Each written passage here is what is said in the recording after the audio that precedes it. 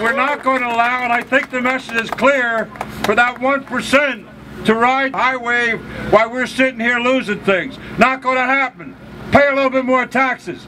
There's a way to cure this without taking it away. We're not going to let that happen. We have a real opportunity in front of us to send Congress a message that we need to protect programs like Medicaid. Without Medicaid, someone such as myself wouldn't be able to afford the asthma medicines that I need to live.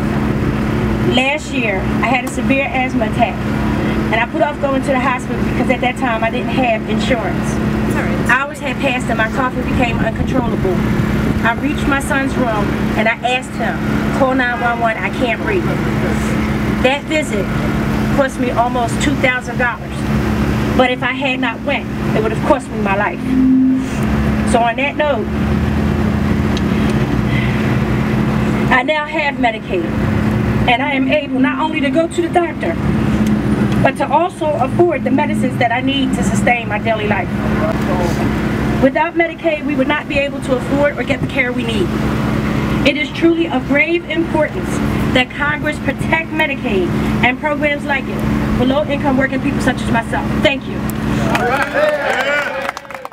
And really the message is clear, and you just heard from Karen, who said it better than any of us could. The programs like Medicare, Medicaid, and Social Security are so important to millions of workers in this country, and I think we've lost that in the conversation. I think people forget that these are people who are working folks, trying hard and not making ends meet. So I'm proud to have Congressman Brady and a lot of our delegation who are going to go down to DC and fight for those things and fight to continue those things.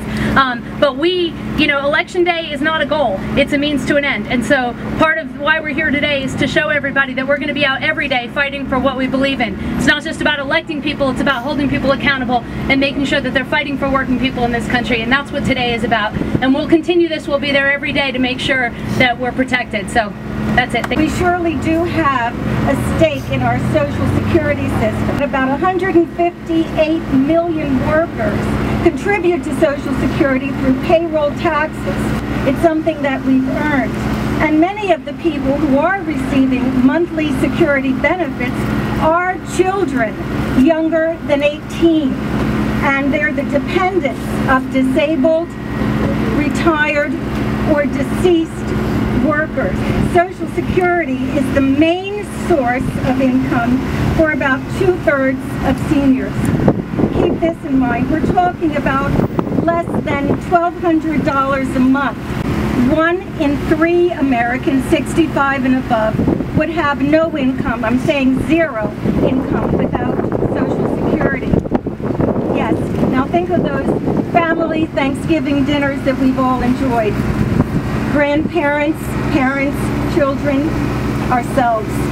1 in 3 around that table with no income without Social Security. Now for many hard-working but non-unionized workers, there simply is no pension during the golden years. Think about that. We represent the people who work for Social Security, a lot of dedicated, hard-working people who spend their time and their lives in government service because they want to help the American people. I'd like to point out that Social Security keeps an awful lot of people out of poverty. A lot of people lost their pensions, they have no pension, they can't put money in IRAs like rich people. They depend on Social Security when they retire. And if they do this sequestering and make across-the-board cuts to Social Security, there won't be people to answer the phones, there won't be people when you go into the office to talk to, there won't be people to do all the claims that we have.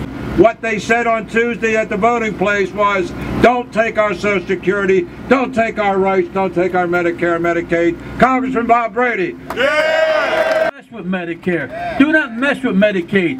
Medicaid is what they really want to do, especially. Medicaid for those that don't have insurance, don't have a job. And I was one of them guys a while ago. And they depend on that. Medicare, what we did with the seniors, with the donut hole and to help our seniors, and then they went in twice with Social Security. That's always fixed. But our bills aren't, their bills aren't fixed. The grocery store's not fixed.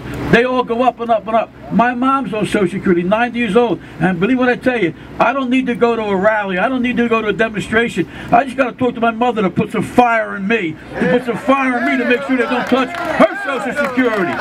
So, you know, we got a good session going on now. You know, we send a heck of a message, you know, but a lot of those guys need more than a message. They need you to keep doing what you're doing. But we got to do it tomorrow and the next day, the next day. Maybe, just maybe, they got the message that they are not Congress people for themselves or for the rich. They're Congress people for everybody, for all Americans, Democrat and Republican, to protect Social Security. But now we got to keep on going. We got to keep on going. We can't go to sleep. You can't get any better than that. Except what Bob needs, and some of our other friends, he needs us to keep up the fight.